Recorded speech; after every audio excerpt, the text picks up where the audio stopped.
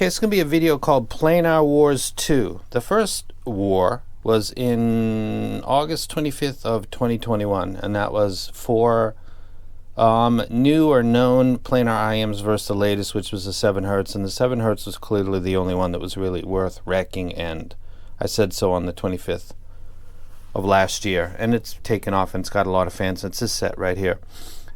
Since that time, 2 other sets have come out. This is the S12 by Shuoer. This is the Hook-x by Raptgo. The difference between these two is apparent, hopefully, to you right here. You can see this one is open back and this one is closed back. This is really maybe the first open back planar outside of the Odyssey, which needed a cipher cable. Should be called a decipher cable. Gets on my nerves. This is the S12 and it's obviously a closed back. So these are similar in that they're closed back. These all have drivers that are probably very, very close to being not different. I'm putting that politely. They're playing with it in different ways, I think. The biggest impact on the difference between these sets is probably going to be related to, in my opinion, the open back, because it seems to be where some of that's going on. If you're a fan of the 7 Hz and you like it, enjoy.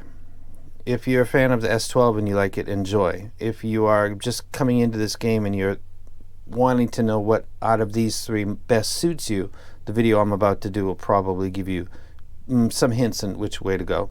Using my library, I'll give descriptions and I'll be as clear as I can be between these 3 and how they relate.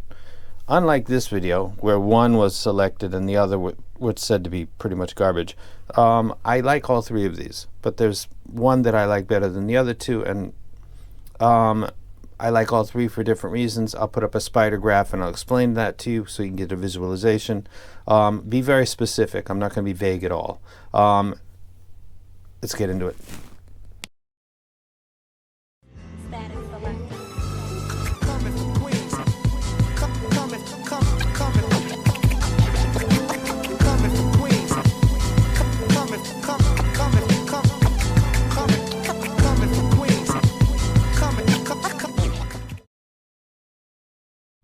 Okay, let's get into a spider graph. This is like the Rosetta Stone to understand what I'm talking about.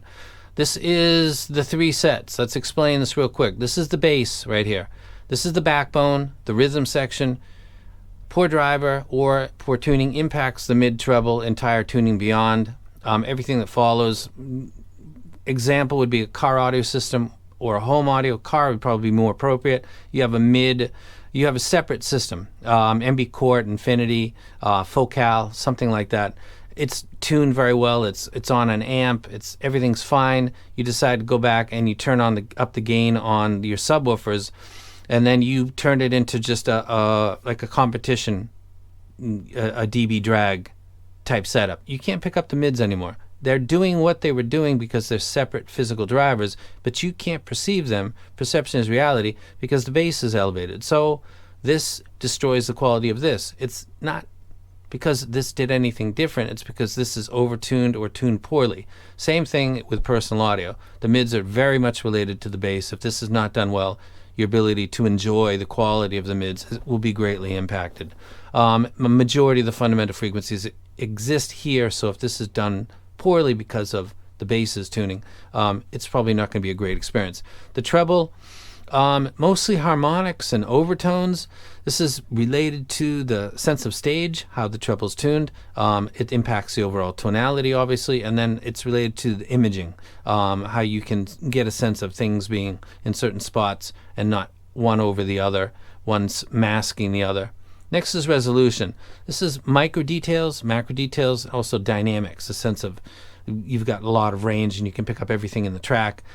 Specific instances like finger sliding on strings very clearly. Micro, macro details. This is directly related to the quality of the driver, the resolution. The stage is an illusion of space. Because you've got usually non-open back IMs that are blocking everything from the outside, and any sense that you are amongst a crowd at a live show or anything like that is an illusion and a manipulation of the frequency response to trick your brain. It is literally psychoacoustics. And this doesn't require a high quality driver. There are some budget sets that sound like they've got huge stages because it's not about the quality of the driver. It's about tuning. and usually past 8K, pretty much. Next is tonality, which is literally the character of the tuning. And it's not for a reviewer to decide whether something has good tonality. That's an opinion based on library and expectations of the listener. Absolutely. If you listen to a certain library like rock and roll and the drum kit and the basses sound good, not overbearing, overwhelming, too forward, you listen to mid-frequency with piano, vocals, male and female vocals, the fundamental portions, that nothing sounds wrong. The treble sounds right. The harmonics sound not overwhelming. There doesn't sound to be a darkness because there's some poor tuning. Then you would consider that to be good tonality, in your opinion. That's an absolutely, the user kind of determines that. But it's usually natural replay to the user or deviation from. If it moves away from what your ideal is, you're not going to like the tonality. Elevated bass, rolled off treble, rolled bass, too much elevated treble can skew the tonality and probably impact your listening joy or not, and then you would say, I don't like the tonality of that set. Natural is pretty much, most people agree on what piano, drums, bass sound like, and they would probably assign good tonality to that. Value is related to whatever sets are included in this graph, and it's really price to performance versus the other sets. If the set is good and it's more affordable, it's going to be the better value. That's pretty easy to follow along. Now, talking about these three sets before we move forward, I think that the Shuoer S12 is, because of its price, the best value. I think that the bass on the Shuoer S12 is tight, more tight than the other two sets, and because of that tightness and snap, it directly leads to these bass and mids holding hands. You have a better sense of the quality of the mids because the bass is not overtuned or undertuned, it's not rolled, it's not bloated. It does its job, it does it well, and it presents good mids. The treble is where the Hook-x, the newest set, seems to step out. Is that related to the open back, to the piezo? Is that I don't even know if that is a real bone conduction driver, or I have no idea. I can't really assign what it is, but the treble seems to have a sense of it's different and enjoyable in its difference. It's not pronounced, it's not subdued really, it's just, it sounds very, very appealing, and I like it a lot. The resolution goes to the 7 Hz timeless. There's something about the 7 Hertz. Back in August 25th when I did the first video, the 7 Hertz timeless was clearly the most micro detail retrieving thing that I had ever heard. Now, October, November, September, October, November, December, January, February, March, April, 8 months later, it turns out that there's still nothing that's really come out and taken just the sheer detail crown away from this set. But since then, 2 other sets have come along and pretty much taken everything else away, in my opinion. The stage, again, illusion of space and imaging, where there really is none, goes to the Hook-x. And then the tonality, I think, because I like the way that it represents my library, is probably the Hook-x as well. I just like the way it plays back my library, and I'll explain in this video what I mean. Okay, let's start with the bass. Before we continue, these sets were adjusted with 2 different tones, one at 1 kilohertz, one at 440 hertz, to 77 dB coming off of ADI 2 DAC FS. So the listening levels were identical for all 3 sets. Having said that, let's get into the bass. The first track I'm going to talk about is Big Boy Kill Jill. There's a triple drop. There's also a 4-string bass guitar that comes in. I think that the S12 did this the cleanest and the hardest. I think that the Hook had a nice drop considering that it's an open back. It is elevated bass, again the open back. I thought it sounded good. If I had to pick one or the other, I would pick the S12. I think that the 7 Hertz has a treble focus and it's always present, and its ability to do this drop is there, but I don't think it's on the same level as the S12 or the Hook, so I would say that the Hook is S12 would be my favorite. The Hook is close, but I think the S12 would be my favorite. Next one would be Black Sabbath, Massive Reality. This is really kind of a res check because I'm listening to a drummer and a bassist that are going on at about the same time in a track called Sweet Leaf from about 2 minutes 36 seconds for about 25-30 seconds. They're doing kind of dueling solos, and there's a lot of masking that can take place, and with dynamic drivers and others, it can really, particularly dynamic, become kind of a mess and a not enjoyable track. It sounds like it's low res recording. It's actually not. The P1 introduced me to the fact that it was actually quite a good recording, and other headphones like the Susvara. It takes good gear to play this back. I think that this was done probably the most accurately by the S12. I think the Hook was a little bit behind it, and I think that the 7 Hertz was did it well. I would probably go in the same order that I did with Big Boy Kill Jill. Next thing that I would listen to would be Sultans of Swing by Dire Straits, and I'm listening to the bassist and his sense of being slightly forward because mid-bass tuning. All three of these sets were pretty similar in this, and also there's a hi-hat opening and closing, and there's other thing, Mark Knopfler's guitar, and there's other things going on, but I thought that the overall presentation probably went to the S12. It's the most affordable set. I liked, this is where I started to get this sense about the Hook that it's a different set from the other two, and I like its difference. It's very pleasing to me. There's a motorcycle maybe on your left. Binaural recording for the win. I am a big fan. If I'm just going to go on technical, my interpretation of it, I'd probably say the S12 is better. My personal pleasure, because it's a different and I don't have a set that's anything like it, I would take the Hook over the S12, but I think that S12 over Hook would be how I would rank it, and then I would go 7 Hertz after that. I think that the bass of all three sets is good enough for a library like mine, which is rock and roll, hip hop, R&B. I think if I'm just going for slam and clean and gliding into the mids clean, it would be the S12, and the other two less so. And when I listen to the mid bass, at that point I start to hear there's nothing in the sub bass that steps out more than the S12, but when I get into the mid bass is when I start to feel that there's something slightly different going on with the Hook, and that slightly different thing is appealing because, again, I don't want everything in my library to sound identical. I want it to have its own character and to sound pleasing. The Hook does that for me, so I would say that the bass goes S12, but I would reach for the Hook personally myself. I like that difference. It's hard to explain. I'll try to talk about it in other vids. And that's the bass. Good on all three. Okay, let's talk about the mids.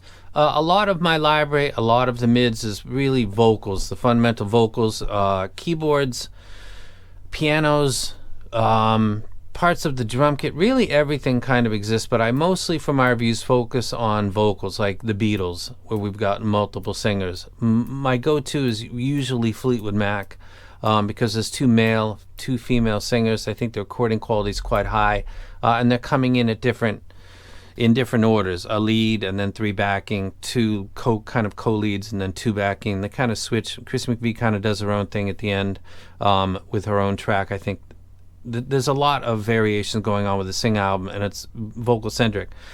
Using tracks like Gold Dust Woman, Secondhand News, I thought that the S12, because it's quick bass, or it's seemingly quick bass, I thought that the vocals sounded most accurate, and the 7 Hertz sounded good, but I think that the S12 is a little better.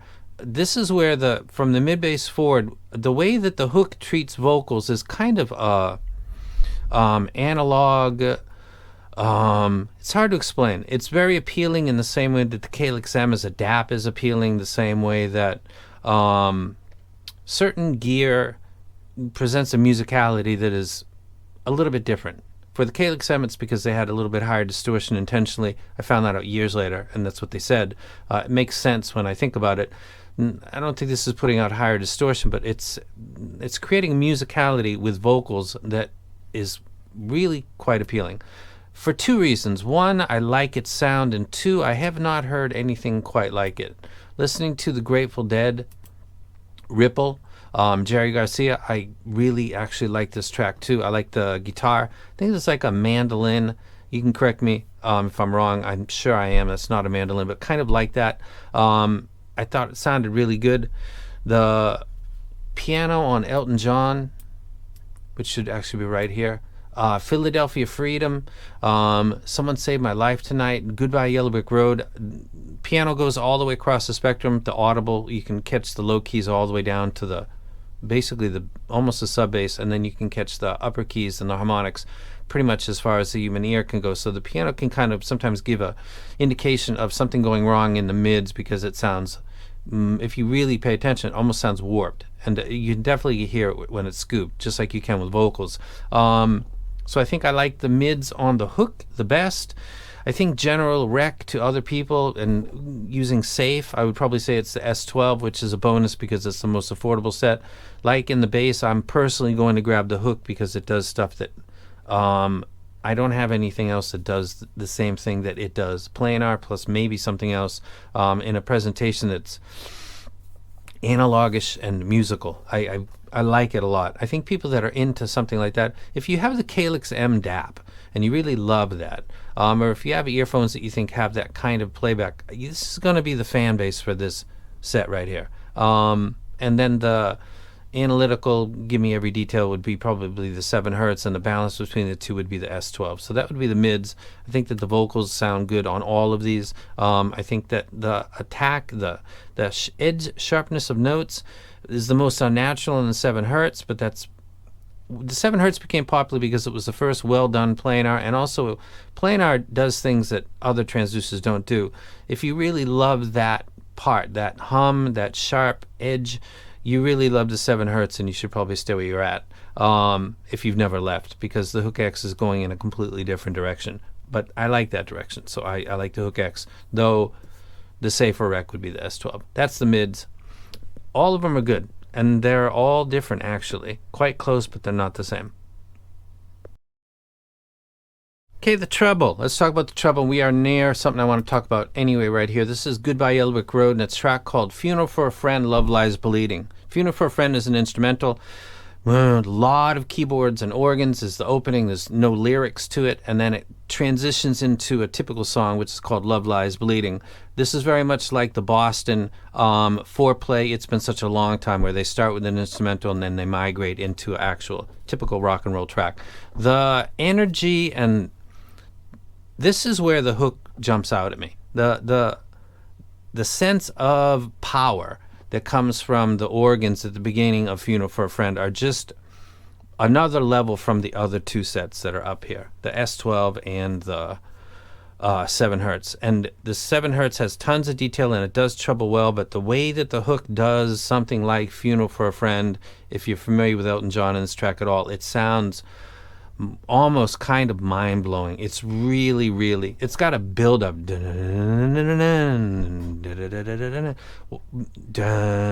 It's like a church organ throughout it, and it's got like a crescendo. It's got this powerful explosion to it when it just goes into it.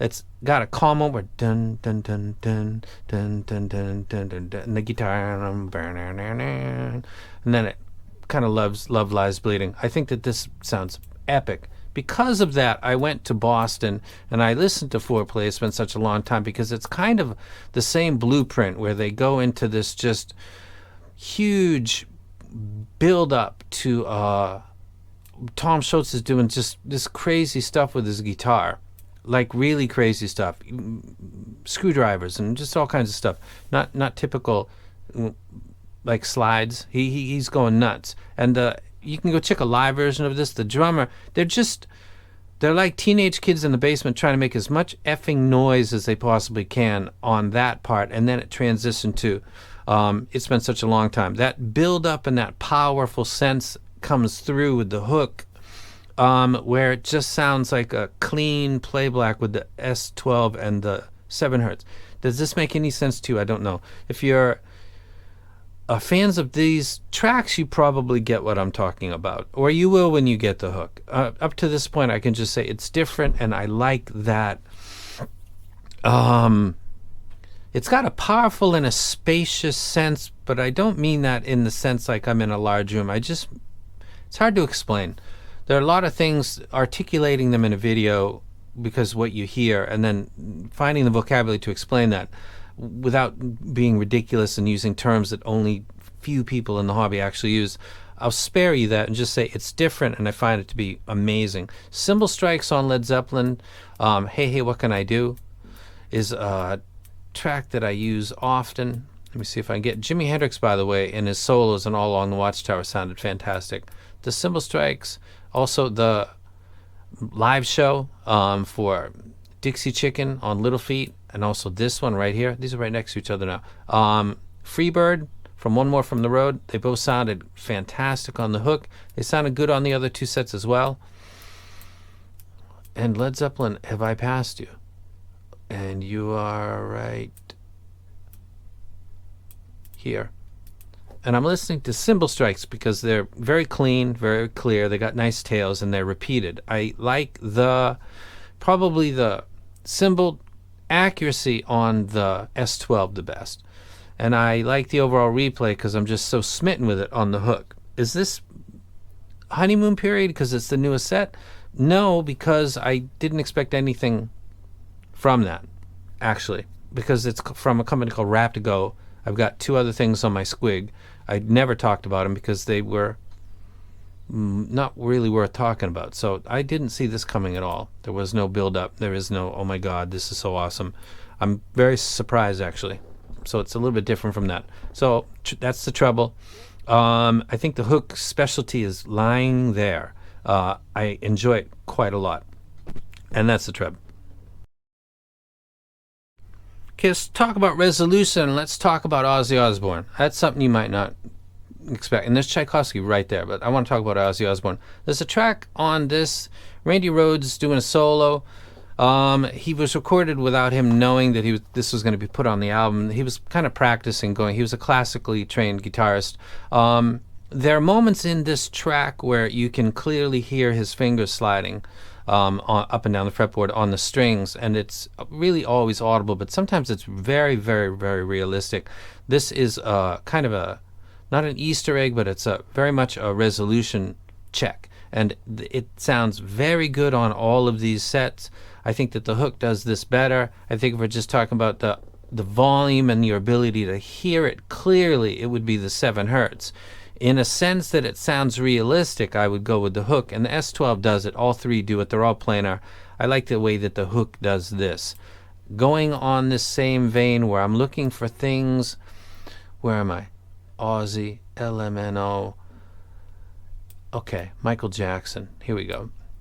There's a moment in Michael Jackson, Want to Be Starting Something, and it starts on the left channel, and it starts at about 1 minute and 27, 28, 29 seconds, and it goes for just a couple seconds because it's a double beep. It's not a warning beep like a high volume. It's the government has ratings for beeps, what they're supposed to indicate. That's why warning, and also discombobulated, like the police cars and ambulances are supposed to kind of freak you out. That's why you get out of the way. This beep on this is a very subtle doo-doo. It's like a gentle warning, like the timer on the microwave is letting you know that something's almost ready. You don't have to do it like a fire alarm. It's not get out of the way because it's a ambulance. It's just a gentle reminder, and it's a double beep, and it's very hard to catch. It's audible on all of these, but I think that the S12 probably does this better than actually the 7 hertz does. The hook, I can catch it.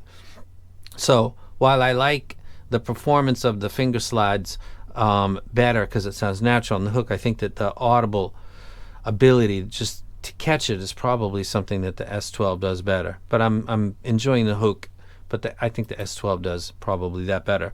Lynyrd Skynyrd, which I guess should be right here. One More from the Road on Freebird. There's a point where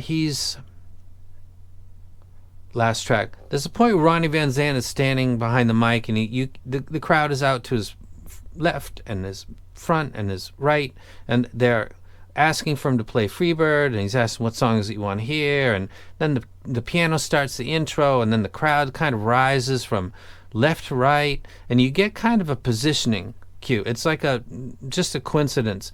You can kind of put yourself where Ronnie is. You can hear it to the front left because it sounds kind of like that, and then you can hear to the front right because it sounds kind of like that. And you get kind of a triangulation, a sense of depth. Some stuff doesn't really give that. It flattens it out. The 7 Hertz was said to give a very flat panel presentation. I agree with that statement to a point. It was bashed as a junk set in general because of that thing, and I thought there's a lot more of it that it offers than just that. But it does, in fact, not do that as well as the S12. And the Hook-12, or the Hook, steps out more than the S12 as far as giving you a sense of space on a track like Freebird or on something like Dixie Chicken by Little Feat, where this is really an excellent live track with lots of pianos, horns, strings. They got all kinds of instruments going on in this. It is the 10th track on Waiting for Columbus. The Hook has got, it's hard to explain because I can't. I guess I could if I sat down and wrote down notes, but it's got it's very appealing, like the Calyx M as a DAP. It's the musicality is, I guess, the word I want to keep using. It feels kind of like being at a live show.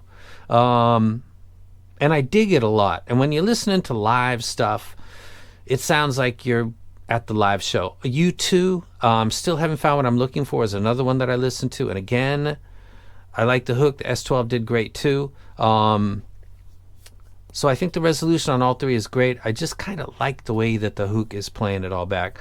Let's talk about stage. I think that in stage, you've got what seems like maybe the widest presentation on the 7 Hertz, but it's also lacking a sense of, I don't want to get into these terms, but depth. Like there's things that are on the side of you and slightly going behind you is not where the 7 Hertz really does its best job. S12 does better than that. Hook takes that to the next level. You do feel immersed somewhat in the music with the Hook in the stage. It's impressive. I like it a lot. The tonality, I prefer the tonality of the Hook. There's nothing wrong with the S12. There's nothing really wrong. There's a little bit of over energy in the 7 Hertz. S12 doesn't really have that, even though the graph would indicate it. Graphs are great. They're an excellent tool. Don't go overboard with the analysis because there's a lot of things that it won't tell you. And if I would look at a graph, it would say that the S12 has more upper harmonic energy, and that's going to be a problem. It's not. It sounds like it's more of a thing on the 7 Hertz than the S12, and I've thought that pretty much the whole time. The Hook, I think, I like the tonality of the Hook. It's enjoyable. It's unique to my collection. I don't have anything that sounds like it. And then finally, we'll get on value. I think that the value of the S12 is still the best that you can get out there. I think you can get it for about $165. It's closed back. Its build quality is excellent. The 7 Hertz has had some build quality issues. The Hook is still new. Don't know. Very much a kind of new company to the broader audience, and we don't know how its QC is going to turn out, so I can't say. Its build quality in hand, its quality of cable, how it feels, and is something going to break off? It doesn't feel anything like that at all. It's got a 2-pin. It's quite nice. So I would if you have the S12 and you really like it and can't find any fault with it, I guess stay where you are. Unless you're intrigued by the open back and what that might present, because I'm quite impressed with it. I like it a lot. If you're on a tight budget and you're thinking this really has to be a huge thing, I think you should hold off, because I don't know that if what I find to be just kind of, I put a gobsmacked gif on a post because I was just like, there are moments when the hobby steps up just a little bit.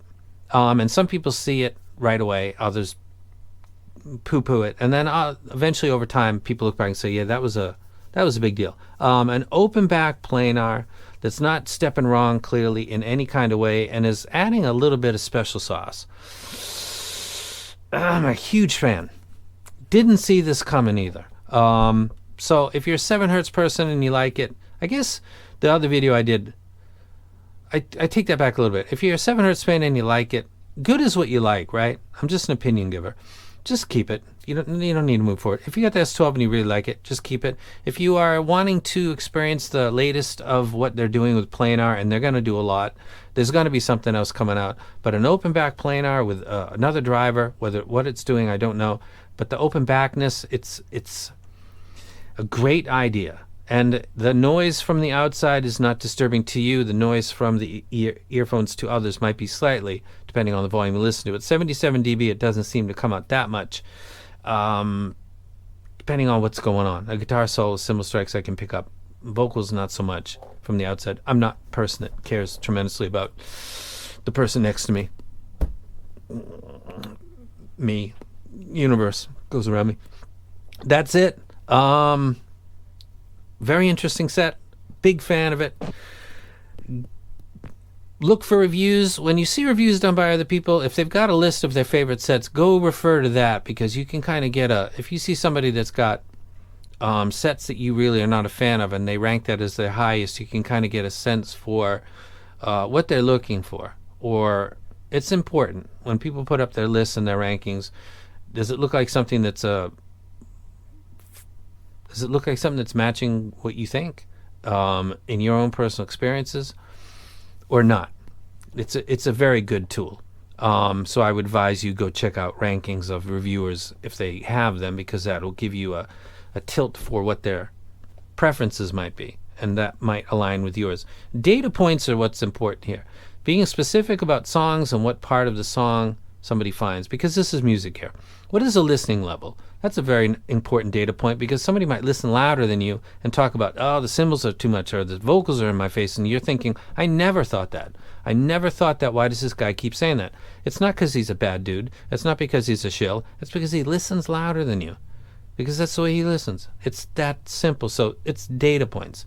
The top ranking list for a reviewer, it's a data point. Use as many as you can and collect them. Knowledge is power. Buying a car, buying earphones, doesn't matter. Knowledge is power. Get some more knowledge. Big fan of the Hook. Big fan. Like it a lot. And I'm out.